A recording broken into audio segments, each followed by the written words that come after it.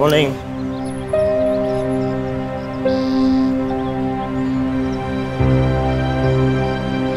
फिर से लोगों का पाड़ो, इधर आ।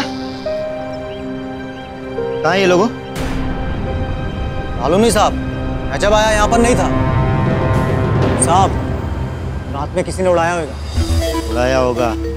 वॉचमैन, इधर आओ वॉचमैन। जी साहब। कहाँ गया लोगों? पता नहीं साहब, कैसे चोरी हो जाता है, हम खुद ही परेशान हैं सर। तुम परेशान हो गया तेरा दोनों ना? हाँ हाँ सर, रेडी।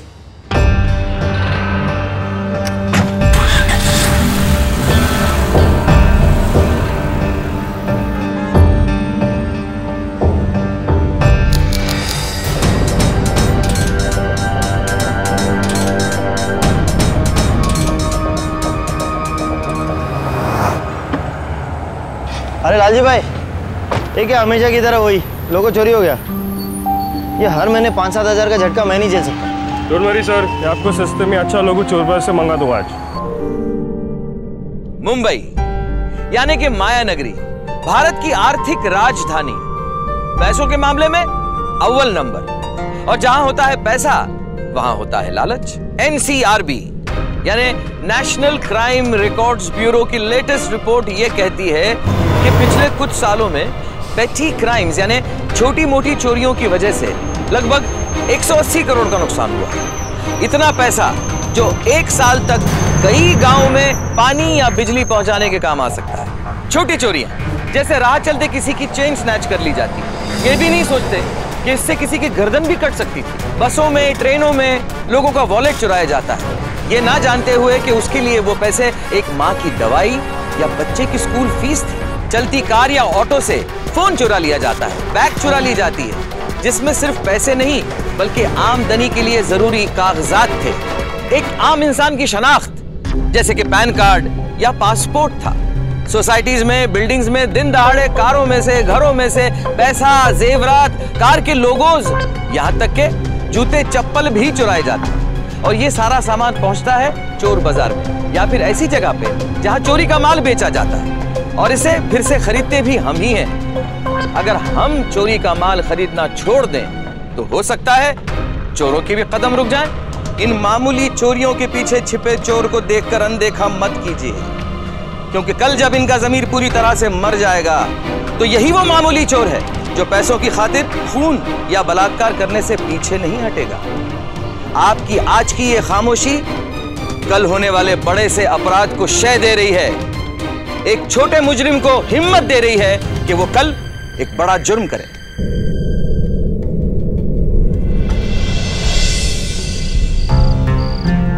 ये ले 10 की चाल। अरे ले, मेरी भी 10 की ले। एक और 10 की चाल। चल ये तो 10 की। क्या रे फंटर लोग, कौन जीत रहा है?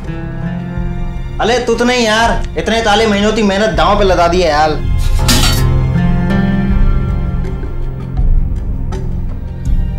अबे एक फ्रिज का अरेंज करो रे, ये साला हंडी का पानी पी पी के ना पक गेला है मैं। अरे फ्लीजी क्यों, पूलाता पूला बाल ही खोल देते हैं, तोनता अपने बाप से पैसे डालें। गब्बस रे। उतर, तू पत्ते देता। अरे एक और दांव तो खेल। नहीं, माल ततम, खेल ततम। अरे पैसा नहीं है तो बोलना। ये देख, आज भाई के बाद बहुत माल है। वो तेरी तो ये कहां से उड़ा है? 207 वाले अंकल है ना, उसकी गाड़ी में पड़े थे। अबे तू येरा हो गया क्या? कितनी बार कहा है छोटा माल उड़ाओ, ऐसी कोई चोरी नहीं करनी चाहिए जहां पुलिस का लफड़ा हो। वो 207 वाले अंकल अपनी गाड़ी ज्यादा नहीं चलाते। कल सुबह चुपचाप जाकर वापस रख देना, समझा? बड़ा हाथ मारने के चक्कर में रोज के बंदोबस्त को क्यों लात मार रहा है? तोतले समझा ना इसे। देख, तंतल बिल्कुल तय डाला है, कल दाते वापस लगते हैं ना, समझे?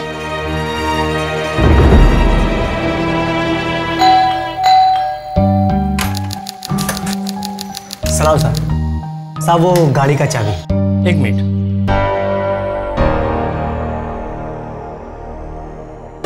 अच्छा सुन जी साहब। गाड़ी धोने से पहले काम कर, गाड़ी के अंदर व्हाइट लिफाफा है, वो मुझे दे के जा। ठीक है साहब।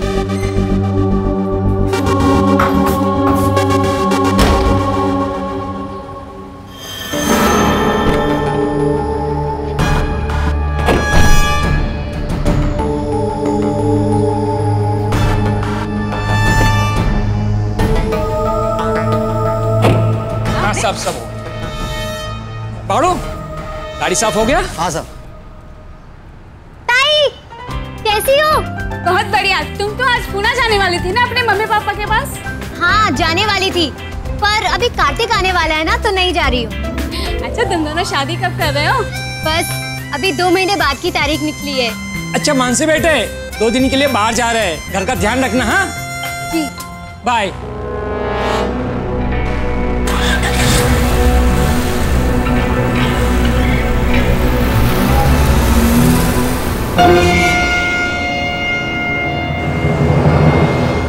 साले फट्टू है तुम दोनों लोग, मालूम? अरे उनको नहीं पता चलता यार। और वैसे भी ना देख, 2 दिन के लिए बाहर गए थे वो लोग। उन लोग को लगता कि रास्ते में किसी ने माल उड़ा लिया, बस अल्लाह खाली पीली माल वापस लौटा है। और वैसे भी ना उन लोग को कोई फर्क नहीं पड़ने का। अरे सोच के देखना, जो आदमी गाड़ी के अंदर इतना माल भूल सकता है, उसे घर पे कितना माल होगा।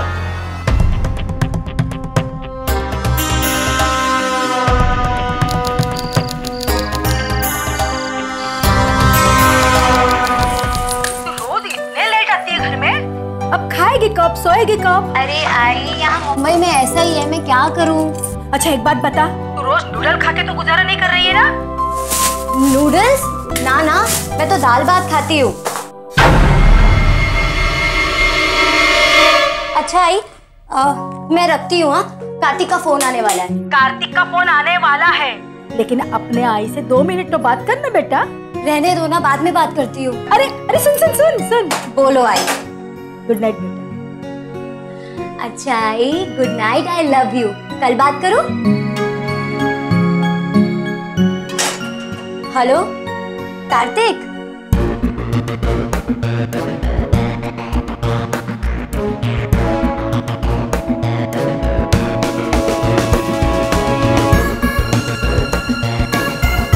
वो सब तो ठीक है, पर तुम एक बात बताओ, तुम आ कब रहे हो? तुम यहाँ आने वाले थे, इसलिए मैं वीकेंड पे पूना नहीं आई। आई मुझे कितना डांट रही थी पता है? सब तुम्हारी वजह से। अच्छा चलो, मुझे बहुत नींद आ रही है, कल बात करेंगे कार्तिक।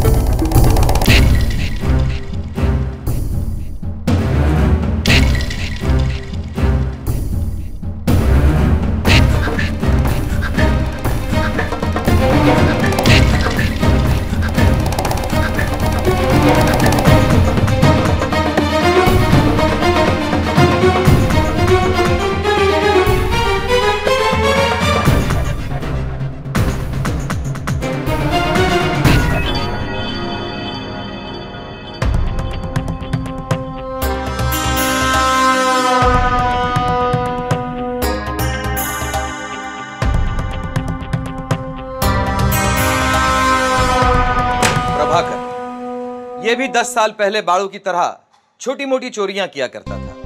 ऐसे लोग हमेशा ये भूल जाते हैं कि इंसान लालच को नहीं, लालच इंसान को कंट्रोल करता है। बस एक बार नियत बिगड़ गई तो छोटे और बड़े अपराध का फर्क दिखाई नहीं देता। चोरी के इरादे से आया हुआ प्रभाकर एक बहुत ही शर्मनाक जुर्म को अंजाम देने वाला था।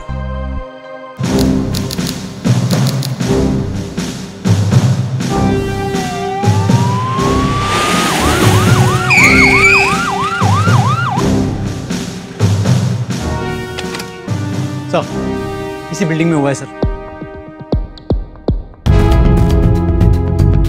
सर, सभी से पूछताछ चल रही है सर, किसी को जाने नहीं दिया। मैं बताऊं सर, मुझे लगता है किसी अंदर के आदमी का ही काम होगा ये।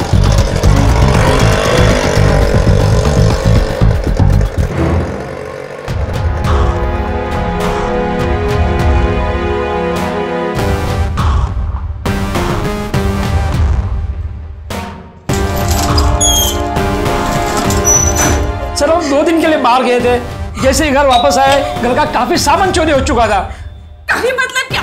बहुत कुछ चोरी हो चुका है इंस्पेक्टर साहब। जेवर, कैश और तो मेरा मेकअप का पूरा सामान ले गया है वो। मेरी सास ने जो मुझे नेकलेस दिया था इतने प्यार से, वो भी ले गया। वो कुछ नहीं छोड़ा, हमारी जिंदगी भर की कमाई पे तो साथ हो लिया, इन्हें अपना काम करने दो ना।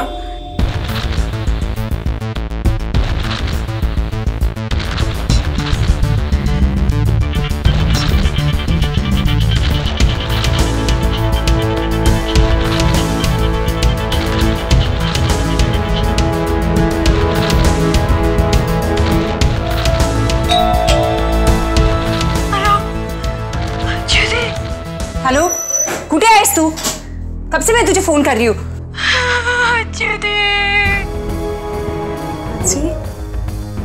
हांसी, क्या हुआ तुझे? तू रो क्यों रही है इतना? बता मुझे, बता तो सही मुझे।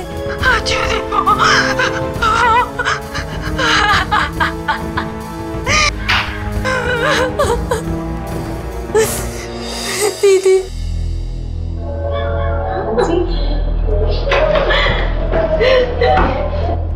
क्या हालत बना रखी तूने अपनी? क्या हुआ है तुझे? क्या हुआ तुझे?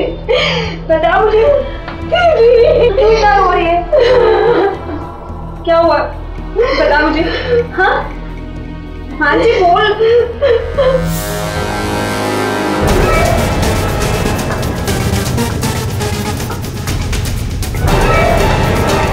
कल तक दुनिया जिस प्रभाकर को एक मामूली चोर समझती थी, जो सिर्फ पैसे और सामान चुराता था, आज उस प्रभाकर ने इंसानियत को शर्मसार कर दिया।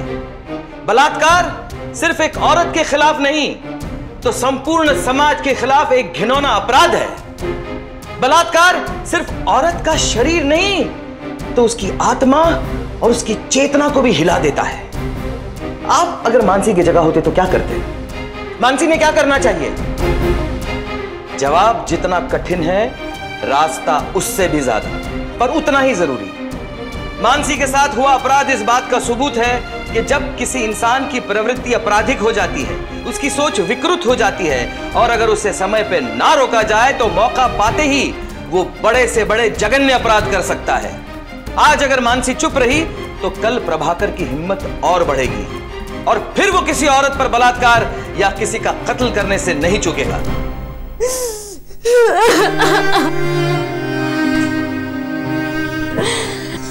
हे देवा, शांत हो जा मानसी। मेरे साथ इतना कुछ हो गया और तूने 2 दिन तक किसी को कुछ भी नहीं बताया। मुझे कॉल तो कर देती तू, क्यों नहीं बताया मानसी? मैं डर गई थी दीदी, मैं बहुत डर गई थी।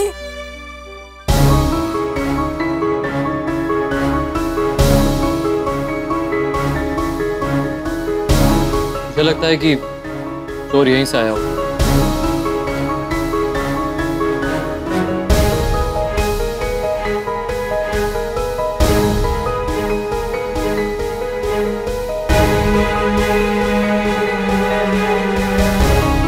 ना इतनी बड़ी चोरी हुई, हो सकता है कि आस पड़ोस वालों ने कुछ देखा है, सुना हो। लेकिन मानसी, हमें पुलिस में रिपोर्ट लिखवानी चाहिए। इनफैक्ट हमें 2 दिन पहले रिपोर्ट कर देनी चाहिए थी। दीदी, 2 महीने में मेरी शादी है कार्तिक से। कहूंगी मैं कार्तिक से? कैसे उसके सामने? लेकिन अगर रिपोर्ट नहीं लिखवाई तो?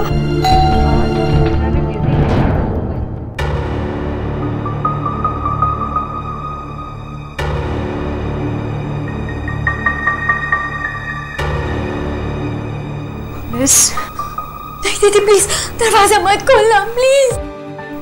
देख मानसी, तू अपने आप को संभाल। देख, घबराने की कोई बात नहीं, मैं हूं ना तेरे साथ। तू अंदर जाके मुंह धो ले, मैं पुलिस को संभालती हूँ। जा जल्दी।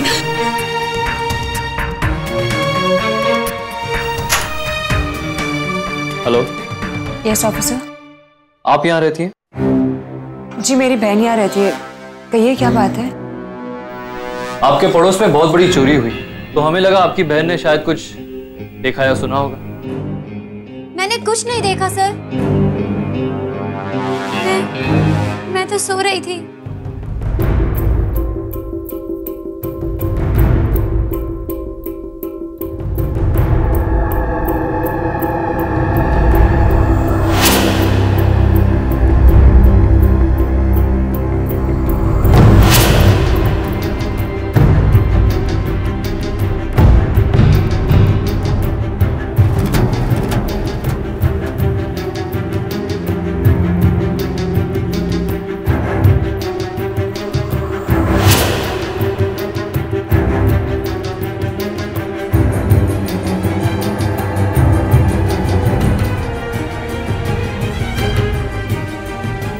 Are you sure? Okay. Thank you.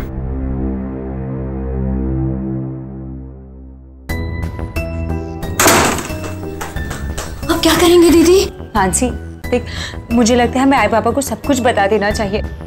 मैं समझती हूँ तुझ पर क्या बीत रही है, लेकिन इस वक्त सिर्फ बाबा ही है जो हमारी मदद कर सकते हैं। बाबा नहीं, बाबा को कुछ नहीं बता सकते। बाबा को कैसे बताएंगे? पर क्या बीतेगी? मानसी की खामोशी की वजह प्रभाकर या उसका डर नहीं था, बल्कि हम लोग हैं। उसे डर है कि समाज को जब उसके साथ हुए इस बलात्कार का पता चल जाएगा तो उनका रवैया उसकी तरफ बदल जाएगा। उसे ही शर्मिंदगी और बदनामी को झेलना पड़ेगा। हमारे देश की सरकार इस बात को समझती है, इसीलिए इंडियन पिनल कोड की धारा 228A के मुताबिक पुलिस और मीडिया को पीड़ित की पहचान गोपनीय रखनी पड़ती है। बलात्कार की केसेस में अदालत की सुनवाई सार्वजनिक रूप से नहीं होती, ताकि पीड़ित महिलाएं बिना किसी डर के अपराध के खिलाफ लड़ सकें, अपराधियों को सजा दिलवा सकें। पर शायद मानसी को इस बात का पता नहीं था, इसीलिए वो चुप थी। वो पड़ोस वाली लड़की मुझे बहुत घबराई हुई सी लगी। कुछ ना कुछ गड़बड़ जरूर। हाँ सर, मुझे भी ऐसा लगा। एक काम करो सर, तुम्हें कांस्टेबल को यहाँ ड्यूटी पे लगा दो। उस लड़की और उसके घर पर जो 24 घंटा नजर चाहिए और फुल रिपोर्ट चाहिए। समझ गए? समझ गए सर। होगा इस शहर का, अच्छी रहने लायक नहीं रहा मुंबई। नहीं, बहुत प्रॉब्लम्स है इस शहर। मुंबई शहर रहने लायक ही नहीं। कितनी चोरियां हुई आपकी सोसाइटी में इससे पहले? छोटी मोटी चोरियां तो होती रहती है, और चूंकि ये छोटी मोटी चोरियां, तो जाहिर सी बात है कि किसी ने कंप्लेंट नहीं लिखाई होगी। कहाँ कुछ फायदा होता है ऐसी कंप्लेंट लिखाकर, और 2 पैसे की चीज के लिए कहाँ भागा दौड़ी करते फिरेंगे। हाँ हाँ बिल्कुल सही बात है सर। बड़ी बड़ी गाड़ियाँ चोरी हो जाती है जिनका अब तक कोई ठिकाना नहीं। बड़ी बड़ी गाड़ियाँ चोरी होती क्यों? क्योंकि आप जैसे लोग जब छोटी मोटी चोरियों की कंप्लेंट नहीं करते, तभी उन्हीं चोरों को हौसला मिलता, और फिर एक दिन वही चोर आपके घर में घुसकर आपका खून भी करते। आपकी सुरक्षा, आपकी सिक्योरिटी का सबसे पहला जिम्मा आपका है, और उसके लिए आप लोगों को जिम्मेदारियां उठानी होगी।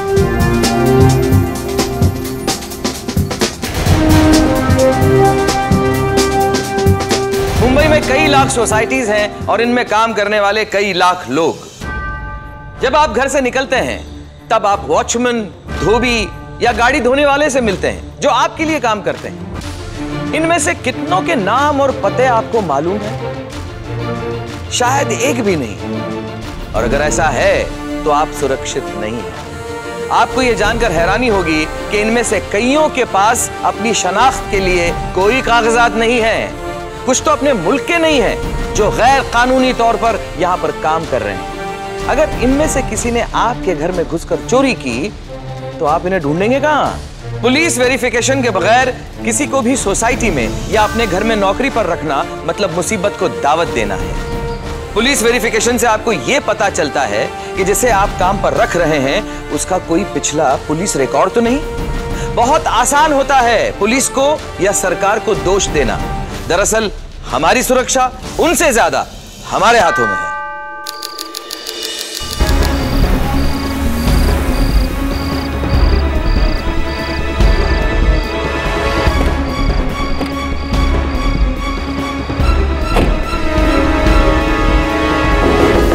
कौन है? कैसा लतरा? सब गलती हो गई, अभी आग लगी सब।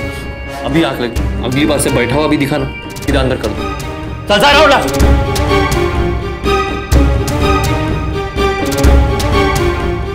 अक्सर ये वॉचमैन जो हमारे घरों की रखवाली करते हैं वो एक साथ 2 या 3 सोसाइटीज में काम करते हैं, कहीं दिन की शिफ्ट तो कहीं रात की शिफ्ट। हमें इस बात का ध्यान रखना चाहिए कि जो हमारे घरों की रखवाली करते हैं वो वाकई में हमारे रक्षक हैं या भक्षक।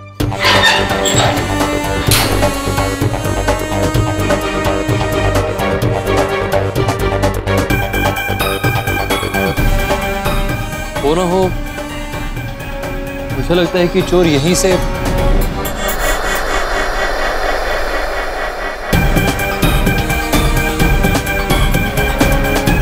राणे का शक अब और भी पक्का होता जा रहा था कि मानसी और उसकी बहन कुछ छिपा रही हैं। दूसरी तरफ मानसी इस डर से खामोश थी कि अगर उसके आई बाबा को उसके बलात्कार के बारे में पता चला तो उन पर क्या बीतेगी। मानसी इस केस की सबसे बड़ी कड़ी थी क्योंकि वही चश्मदीद गवाह थी। उसने प्रभाकर को देखा था। प्रभाकर और उसकी सजा के बीच सिर्फ मानसी की चुप्पी थी। कुछ तो बोलो, चुप क्यों?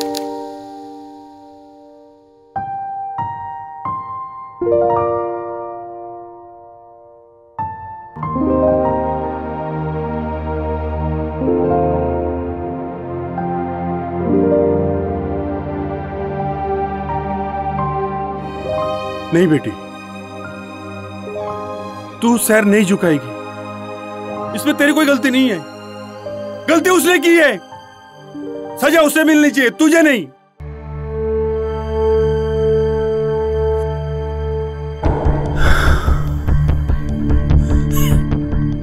कितने दिन हुए?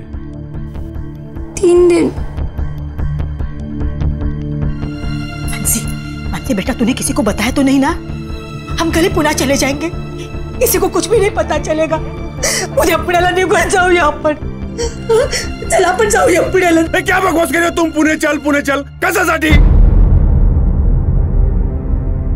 मानसी ने जब गलती की ही नहीं तो यहाँ से भागे क्यों? ताकि वो हरामी किसी और लड़की की जिंदगी बर्बाद करके यहाँ हुआ घूमता रहे। लेकिन बाबा वो नहीं बेटी, अब तू नहीं रोएगी। अब रोने की बारी उसकी है। उसे हम पकड़ेंगे, सजा दिलवाएंगे। तेरे बाबा तेरे साथ है ना? तू फिक्र मत कर, तू बस उसके खिलाफ कंप्लेन कर। तू कंप्लेन लिखवा। अगर तूने कंप्लेन नहीं किया बेटे तो वो हरामी फिर से किसी और बच्ची के साथ। बाबा बेटे, तुझे अपने बाबा पे भरोसा है ना? तो मैं जैसा कहता हूं वैसा कर।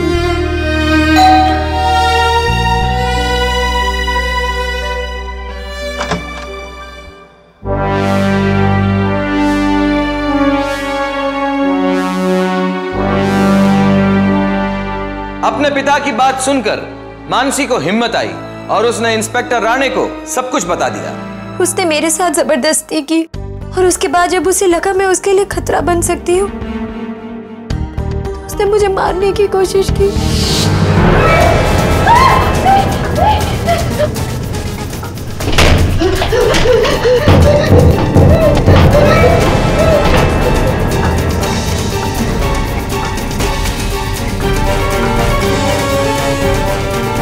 मैंने 2 दिन तक अपने आप को बाथरूम में बंद रखा, लेकिन फिर जब अचला दीदी आई तो देखिए, आप पर जो बीती है मैं उसका अंदाजा भी नहीं लगा सकता। पर मुझे एक बात का दुख जरूर है कि आपने पुलिस कंप्लेंट नहीं करा। और रेप केस को प्रूव करने के लिए मेडिकल रिपोर्ट की जरूरत होती है, जो रेप होने के 48 घंटे के अंदर हो जाना चाहिए, और आपके मामले में 48 घंटे के ऊपर हो चुका है। आपने बहुत देर कर दी मानसी जी। खैर, मैं आपको आश्वासन देता हूँ कि ये बात इस कमरे के बाहर नहीं जाएगी। बस आपको मुजरिम की शिनाख्त करने के लिए 1-2 बार पुलिस स्टेशन आना होगा। आप भरोसा रखिए, आपकी आइडेंटिटी सेफ रहे। अच्छा, ये बताइए कि आपके घर से क्या क्या चोरी हुई? मेरे घर से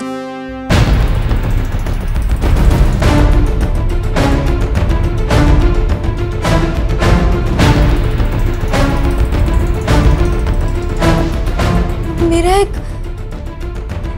दुपट्टा भी ले गया। Well, thanks for the information. मैं आपको विश्वास दिलाता हूँ कि हम मुजरिम को जल्द से जल्द पकड़ने की कोशिश करेंगे।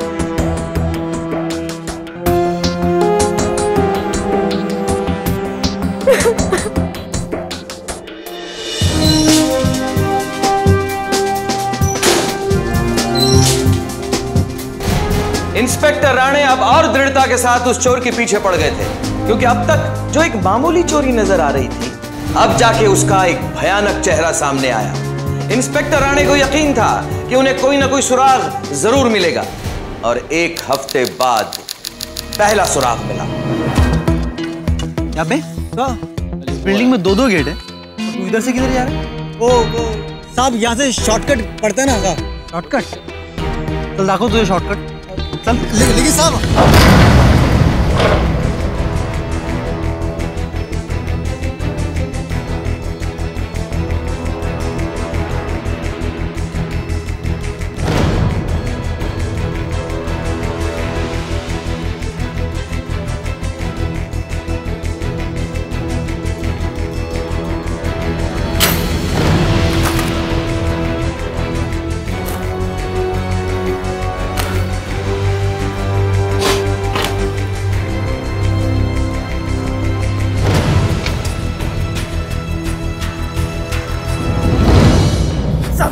आई शपथ, मी एवढा कमवतो तरी हे सगळं सामान माझ्या घरात नाही। तू कुठून आणलंस? बोल, कहां से लाया? बोल। अरे गाड़ी तो था ना तुम लोग? पगार कितना मिलता है? 4-5 हजार साहब टोटल। ये टीवी कितने का मालूम है? वो टीवी बोल। साहब 5,000 की पगार में 25,000 का टीवी खरीदेगा तू? नहीं साहब, नहीं। कहां से लाया? बोल, कहां से लाया?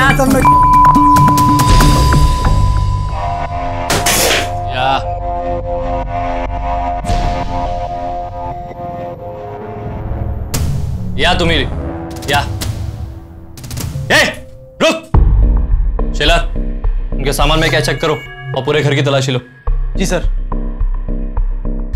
साहब हमको माफ कर दो साहब, प्लीज साहब, हम लोग छोटे बच्चे हैं साहब, प्लीज साहब, प्लीज साहब, हमें माफ कर दो साहब। ये तो क्या मिला? ये हट। वो मेरे घर से मेरा एक दुपट्टा भी ले गया।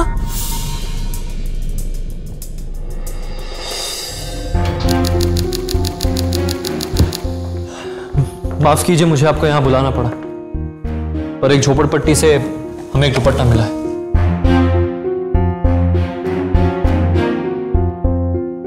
ये दुपट्टा आपका है? जी हाँ। हाँ इंस्पेक्टर साहब, ये दुपट्टा मेरी बेटी का है।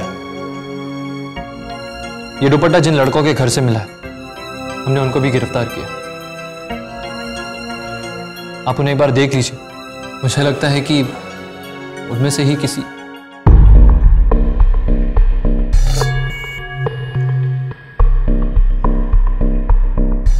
चलिए।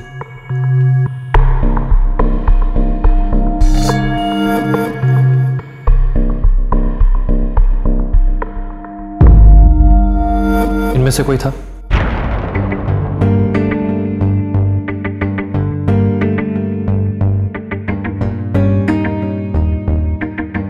देखिए, आप फिक्र मत कीजिए, हम आपके साथ हैं। आप बस इन्हें देखकर ये बताइए कि इनमें से कोई था या नहीं।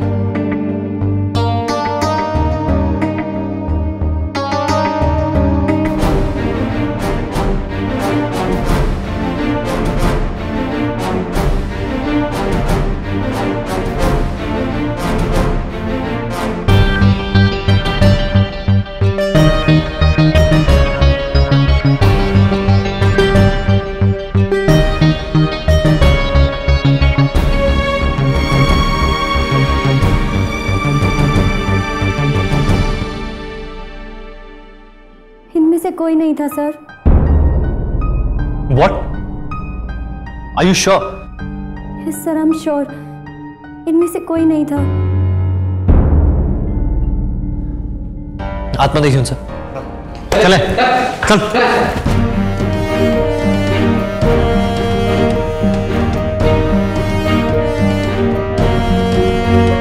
इनमें से कोई नहीं था तो और कौन हो सकता है? दुपट्टा तो इन्हीं के घर से मिला। खैर, आप घर जा सकते हैं। जरूरत पड़े तो हम आपको दोबारा बुला लेंगे। सर, उस आदमी के बाल लंबे थे, उम्र भी थोड़ी ज्यादा थी सर। देखिए, आप फिक्र मत कीजिए, हम उसे जल्दी ढूंढ निकालेंगे। ये मेरा वादा है आपसे। थैंक यू इंस्पेक्टर साहब। चल बेटा।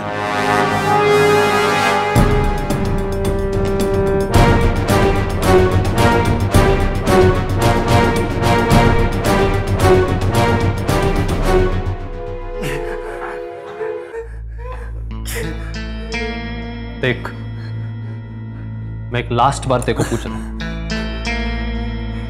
तुम्हारी होली में और कौन कौन रहता है? अपन तीन ही लोग रहता है साहब। 3 लोग। और किसका किसका आना जाना? और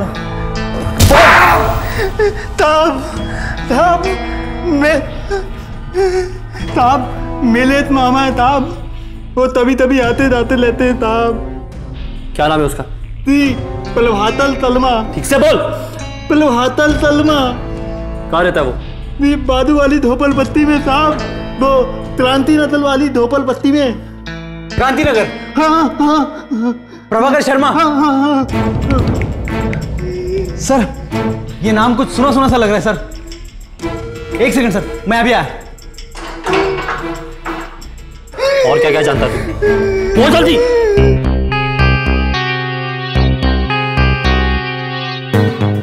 हाँ शास्त्री, एक बात बताओ, ये 6-8 महीने पहले एक फिल्म प्रोड्यूसर के घर पे चोरी हुई थी। हाँ, उस केस में किसको पकड़ा था? प्रभाकर शर्मा, वही ना अपना क्रांति नगर की झोपड़पट्टी वाला। एक सेकंड होल्ड करना। क्या चला? सर, ये शास्त्री कह रहा था कि वो फिल्म प्रोड्यूसर के घर पे जो चोरी हुई थी उसमें प्रभाकर अंदर था। अभी 6 महीने से बाहर है सर, बेल पर। उससे कहो कि उसकी फाइल जल्द से जल्द भिजवाए, तुरंत। ठीक है सर। ठीक है। हाँ शास्त्री, एक काम करा, त्या प्रभाकरची फाईल लवकरात लवकर माझ्याकडे पाठवून द्या।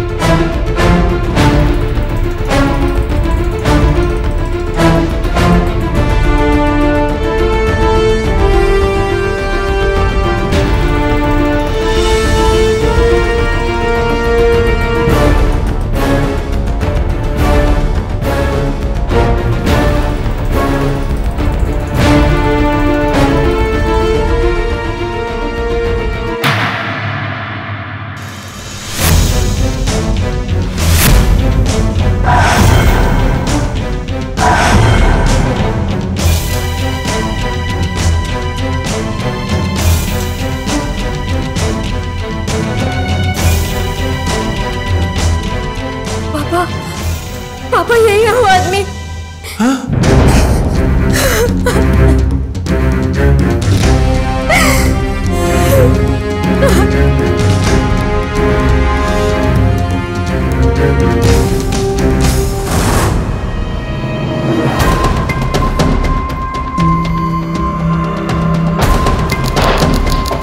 सारे घर की तलाशी लो, सबको पकड़ के बाहर लाओ। जी सर।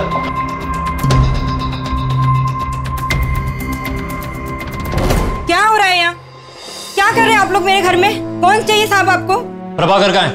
वो तो आज सुबह ही चला गया और बोल रहा था कि कल्याण जा रहा हूँ। क्या है ना? हाथ धरे टाका। कहाँ ले जा रहे? मुझे छोड़िए ना। कहाँ ले जा रहे? छोड़िए मुझे। साहब माफ कर दीजिए ना साहब। बेल पर बाहर है ना वो?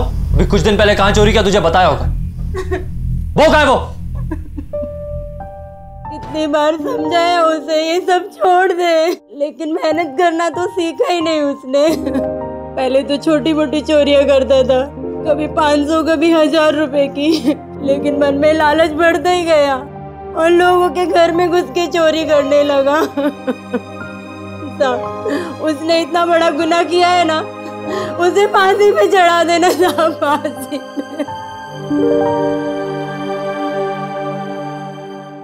कल्याण पुलिस को इन्फॉर्म कर दो और हमारे सारे खबरियों को इन्फॉर्मेशन दे दो। प्रभाकर की फोटो सबको एमएमएस करो। ये आदमी मुझे 24 घंटे के अंदर हवालात के अंदर चाहिए। बहुत दिनों से दिखा नहीं साहब, इधर का लेडीज बार बंद हो गया है, तो शायद पनवेल या कल्याण जाता होगा। 1 नंबर का चमड़ी है।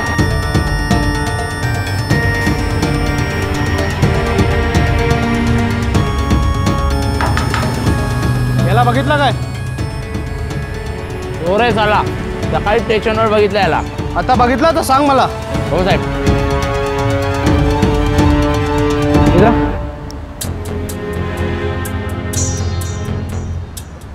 सलाम साहब, ये फोटो देख के बता, इसे कहीं देखा? इकड़े नहीं आए साहब, हफ्ता भर पहले आया था साहब। यहाँ लोकल छोकरों के साथ झगड़ा किया और चलता बना साहब। ठीक है, अगर यहाँ कहीं दिखाई दे तो मुझे फोन कर देना। ठीक है साहब। मुंबई पुलिस दुनिया भर में अपने इंफॉर्मेशन नेटवर्क को लेकर काफी मानी जाती है। ये इंफॉर्मेशन नेटवर्क हम आप जैसे जागरूक आम आदमियों से मिलकर बनता है, जो अपराध और अपराधियों के खिलाफ सजग होते हैं। इंस्पेक्टर राणे ने मुंबई के चप्पे चप्पे पर फैले इस नेटवर्क को प्रभाकर के बारे में अलर्ट कर दिया था।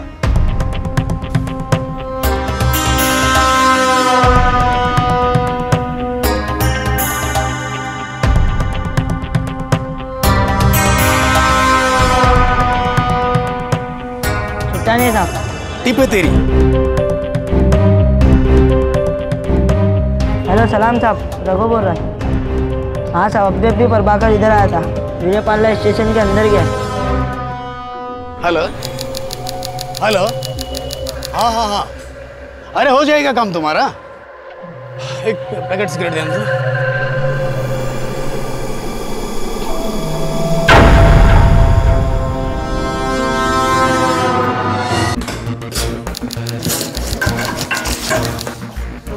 अब तू मुंह खोलेगा या और मेहनत करवाएगा? बोल। मेरी तो समझ में नहीं आ रहा साहब कि आखिर आपने पकड़ा क्यों मुझे। मैं बैठ के दारू पी रहा था, आप पकड़ के ले आए मुझे यहाँ पे।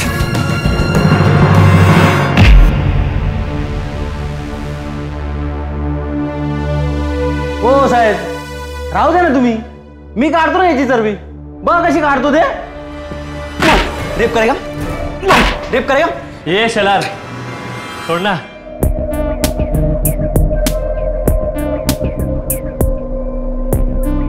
कशाला एवढा टाइमपास करायचं? एक काम कर, इसको बोरीवली नशा पार्क लेके जा और ठोक दे। FIR भी मत लिखना, पुढे मी बघतो काय करायचं। घेऊन जायला। वो साहब, ऐसा मत करो साहब, ऐसा मत करो। क्यों रे, बाल की दुकान फट गई तेरी? रेप करते हो तो नहीं फटी ना? चल अब ठोकता हूं तेरे को। मैं बताता हूँ, सब कुछ बताता हूँ, एक एक बात बताता हूँ। मेरे को जान से मत मारो साहब, मेरे को जान से मत मारो। मानसी और उसके परिवार की हिम्मत की वजह से प्रभाकर को तो सजा मिल गई। कोर्ट ने उसे 10 साल की सजा सुनाई, मगर प्रभाकर जैसे मुजरिम आज भी मुंबई में खुलेआम घूम रहे हैं। NCRB के रिपोर्ट्स के मुताबिक 2012 के जनवरी से लेकर 2012 के अगस्त तक छोटी चोरियों के कुल 15,650 केसेस दर्ज हो चुके हैं।